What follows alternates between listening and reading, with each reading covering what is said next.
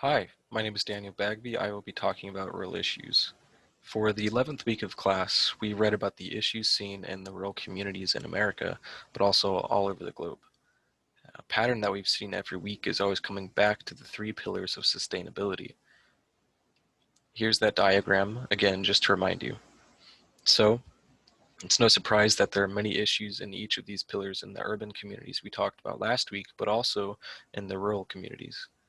I've decided to split up some of the most prominent issues seen in these areas based off of their respective pillar of sustainability.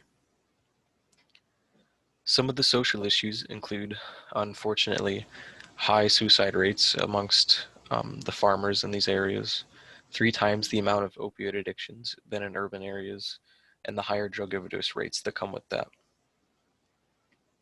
There are many environmental issues as well, including high soil erosion, the depletion of nutrients, polluted water sources from pesticides and herbicides, the devastation of forests, and the absence of biodiversity. And as we've been told, everything is connected, and it seems as if many of the social and environmental issues I listed stem from economic issues. These include very low wages for farmers and workers and local businesses, low income from exporting goods, an influx of produce from importing goods, shortage of farming resources like water and fertilizers, low job security, low job benefits, etc. The list just goes on and on. So, how do we go about addressing these issues? I'd first like to start by showing a short video.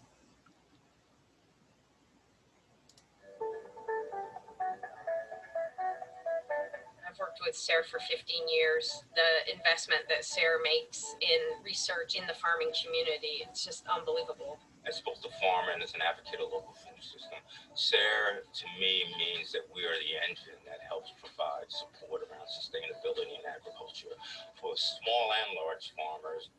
SARE's investment in us early on really did provide us with that ability to not only do systems research, but look at systems change.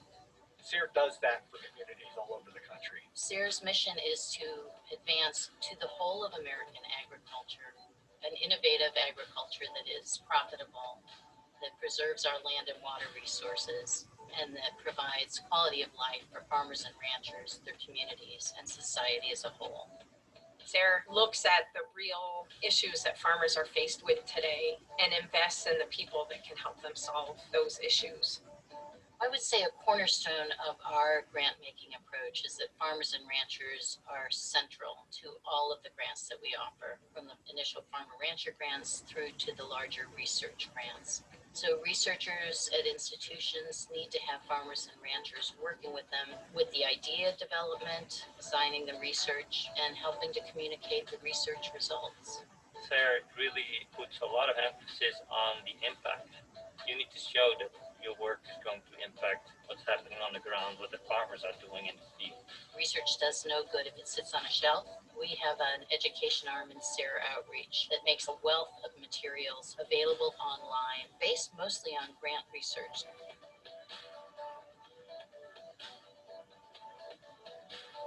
What I think is important is not only that SARE funds that type of research, but that we let that research get down to the people who need it and can use it and incorporate it in their farming operations or whatever they're doing in local food systems. Opportunities that SARE provides was just night and day because our farming methods after that grant have 100% changed. SARE was the little engine that got us started. My interest has been taking the innovative, cutting-edge work that SARE does to see how that could be integrated into what we do in the agribusiness world. One of the precepts of sustainability, and SARE especially, is that farmers learn from other farmers. Those growers are the ones that can tweak and understand and say, this really works this way. That's that sort of human interaction that passes through. It's what SARE was built upon. There is no one vision for sustainability in the United States. Every region, every farm has a different vision. Our job is to listen to farmers and listen to stakeholders in the region and give them back the information they need to make their own decisions about what's sustainable. I got it. So, As you saw, that was basically just an advertisement for an organization called Sustainable Agriculture Research and Education, or SARE. This was just one example of a grassroots organization which is either entirely made up of or funded by many regular individual citizens like you and I.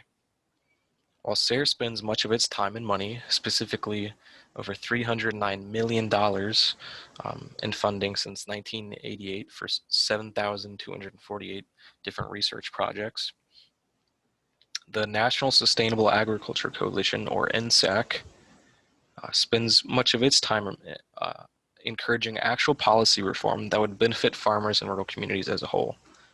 These are just two examples of grassroots organizations that actively promote all three areas of sustainability for rural areas. The reason these are so important in solving rural issues is partially due to a sort of cultural divide between urban and rural communities. The vast majority of people living in these rural areas distrust the federal government's intentions and efficacy when it comes to policy and regulations.